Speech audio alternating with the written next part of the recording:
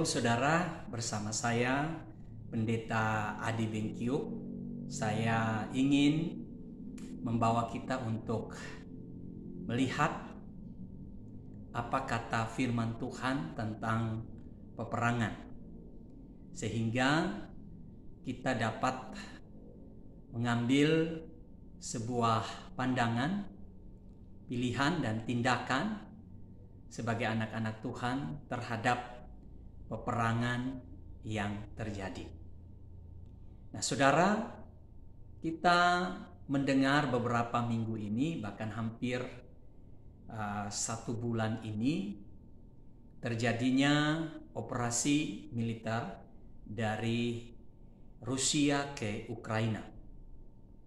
Dan kita menyaksikan banyak sekali berita, video-video yang beredar di media sosial, dampak dari operasi militer Rusia ke Ukraina ini. Ada banyak orang yang meninggal, mati, terbunuh, yang menderita, yang mengalami kerugian baik secara materi, secara psikologi, kesehatan. Bahkan kita melihat ada jutaan orang yang keluar dari Ukraina mengungsi ke negara-negara tetangga, yaitu negara-negara yang berada di sekitar negara Ukraina. Dampak dari operasi militer ini begitu luar biasa. Nah, saudara, terlepas dari apa tujuan, motivasi dari Rusia mengadakan operasi ini, itu bukan pembahasan saya.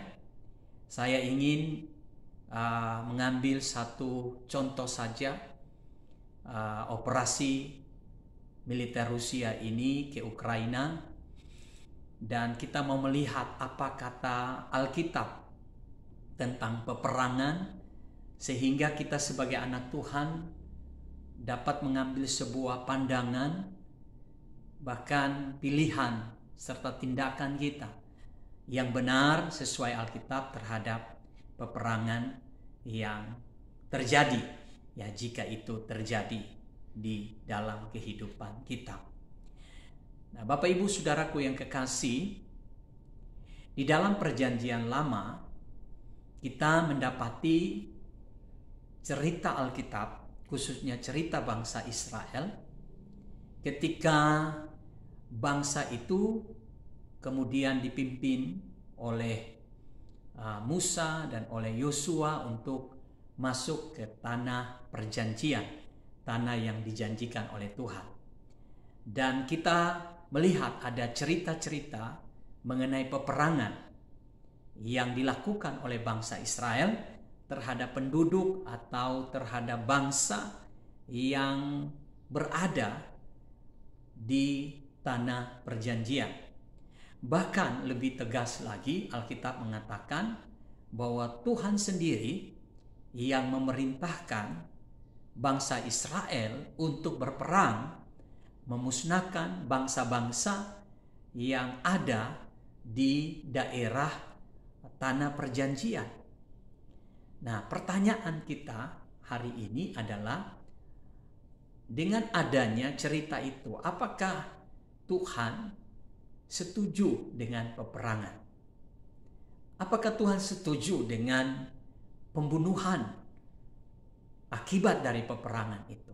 Apakah Tuhan setuju dengan penderitaan yang dialami oleh orang-orang yang berperang? Apakah Tuhan menghendaki malapetaka itu menimpa orang-orang yang berperang? Nah, Bapak Ibu Saudara yang kekasih, jikalau kita hanya melihat cerita itu, maka kita akan berkata benar, Tuhan setuju. Tetapi mari kita lihat mengapa rentetan peristiwa itu terjadi. Kita harus melihat dari awal bagaimana Tuhan menciptakan manusia, yaitu Adam dan Hawa. Tuhan menciptakan manusia itu segambar dan serupa dengan Tuhan. Manusia memiliki pikiran Tuhan, karakter Tuhan, kemuliaan Tuhan yang dikatakan dalam rupa dan gambar Tuhan. Bahkan roh Tuhan ada di dalam kehidupan manusia. Namun ketika manusia yaitu Adam dan Hawa memilih untuk tidak taat kepada Tuhan, maka dosa masuk dalam hidup Adam dan Hawa dan merusak gambar dan rupa Tuhan. Bahkan Alkitab mencatat manusia telah kehilangan kemuliaan Allah. Itu berarti bahwa manusia tidak lagi memiliki karakter, pikiran, dan rupa Tuhan. Manusia telah dikuasai oleh dosa.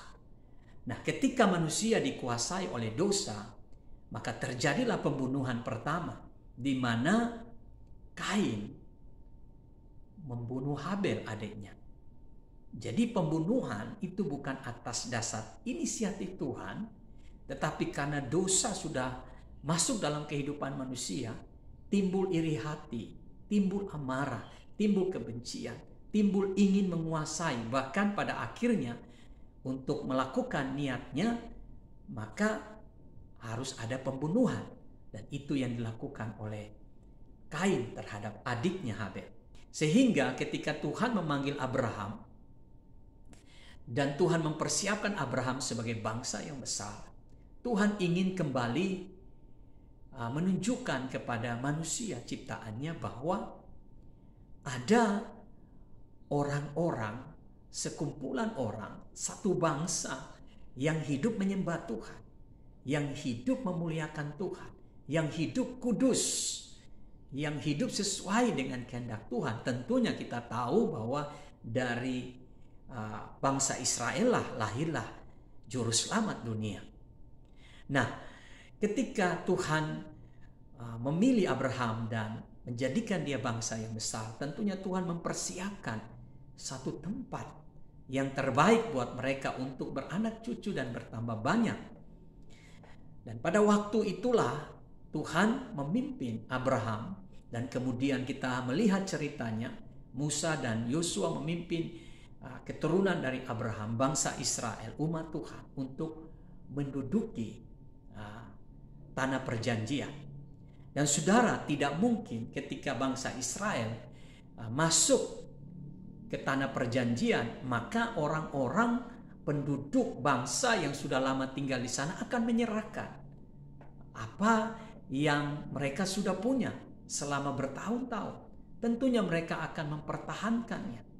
Itu sebabnya untuk menggenapi janji Tuhan itu, Tuhan memerintahkan bangsa Israel yang dipimpin oleh Musa, oleh Yosua secara khusus untuk menghancurkan, membinasakan bangsa-bangsa yang diam di tanah perjanjian itu.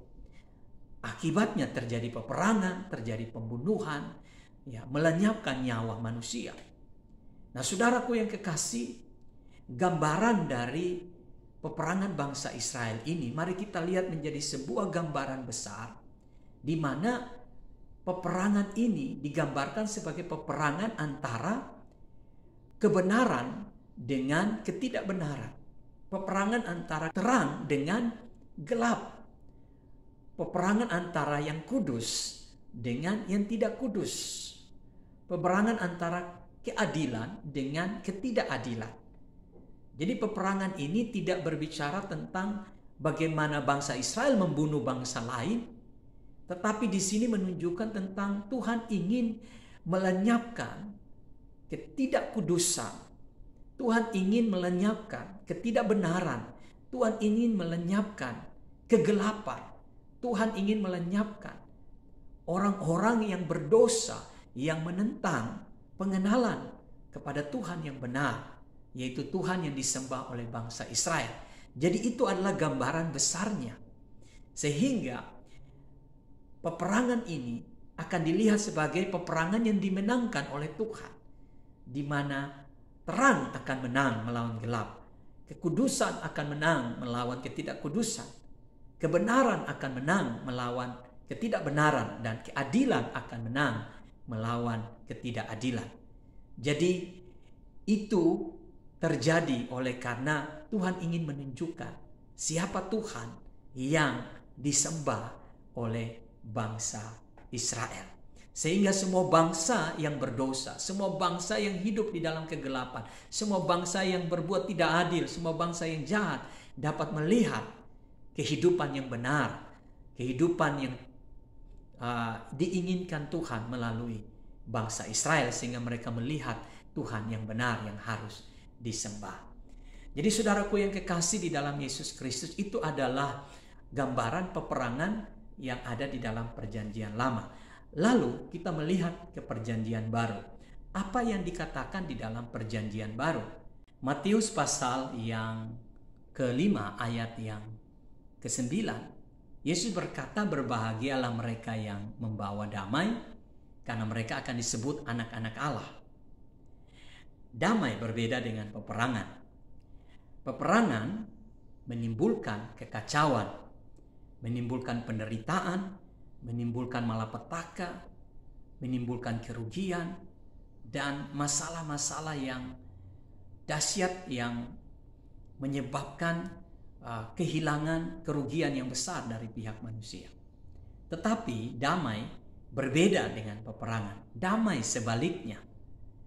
Dan kemudian saudara, dalam peristiwa yang lain, Yesus berkata, jika seseorang memainkan pedang, maka ia akan mati dengan pedang. Di sini Yesus meminta kita untuk tidak memainkan pedang untuk mencapai tujuan kita.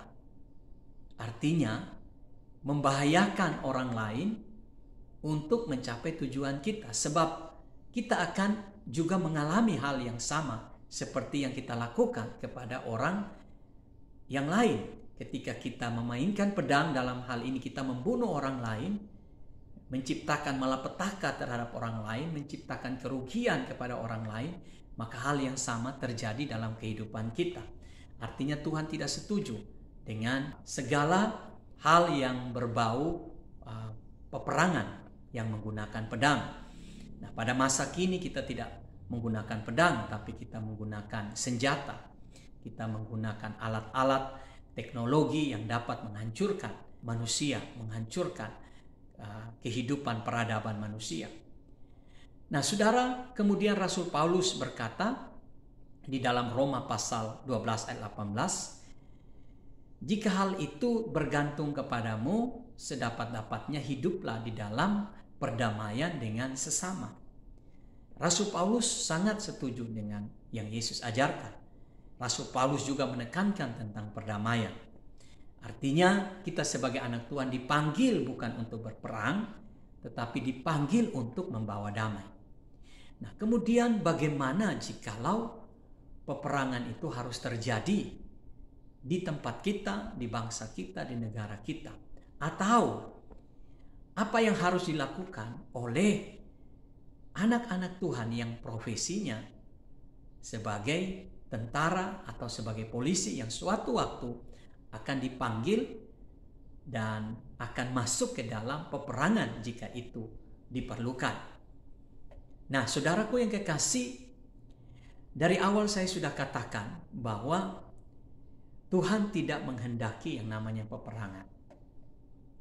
Tetapi jikalau peperangan itu harus terjadi, maka kita harus melihatnya bahwa apa yang ada di balik peperangan itu. Jikalau peperangan itu terjadi oleh karena ada niat dari pihak yang lain untuk mau menguasai tempat kita, daerah kita, bangsa kita, negara kita, dan menimbulkan kekacauan yang besar, menimbulkan kejahatan yang besar, menimbulkan ketidakadilan yang besar, mau merampas hak hidup kita, mau merampas tempat kita, negara kita, bangsa kita, kedaulatan bangsa kita, maka peperangan itu harus terjadi. Untuk itu kita dipanggil sebagai anak-anak Tuhan untuk mempertahankan kedamaian. Dalam bahasa saya ialah melenyapkan motivasi, keinginan yang jahat itu yang ingin terjadi di kehidupan kita, di bangsa kita, di negara kita, maka peperangan itu tidak dapat terelakkan lagi. Tetapi seandainya jika bangsa kita, pemimpin kita ingin berperang melawan bangsa lain dan menguasai bangsa lain dengan tujuan yang jahat pula, dengan tujuan yang tidak adil, yang menciptakan pembunuhan, masalah, kerugian buat bangsa lain, dengan suatu tujuan yang tidak benar, maka kita sebagai anak Tuhan menolak dan tidak menghendaki peperangan itu. Kita benar-benar tidak terlibat di dalam peperangan itu. Kita tidak setuju dengan peperangan itu. Sebab kita yang membawa ketidakadilan, ketidakbenaran, kejahatan bagi bangsa lain yang ingin kita perangi. Nah, saudaraku yang kekasih di dalam Yesus Kristus, jadi jelas di sini pandangan firman Tuhan buat kita bahwa peperangan itu terjadi oleh karena dosa. Yesus sendiri tidak menghendaki yang namanya peperangan. Dia menginginkan kita membawa damai. Tetapi jikalau kejahatan itu hendak terjadi, maka peperangan itu tidak dapat dielakkan lagi. Nah, untuk itu mari saudara-saudara, kita sebagai anak Tuhan, kita tahu apa yang telah dinyatakan di dalam Alkitab. Kita tahu apa yang Yesus ajarkan, yang Paulus ajarkan buat kita. Marilah kita memiliki pandangan yang benar, dan kita juga akhirnya menempatkan diri yang benar dan bertindak dengan benar ketika peperangan itu terjadi di dalam kehidupan kita. Tapi saya berdoa semoga hal itu tidak terjadi. Kita selalu aman, tentram, dan damai oleh karena Tuhan memelihara kehidupan kita. Kiranya renungan singkat ini dapat mencerahkan kita dan memberkati kita. Shalom.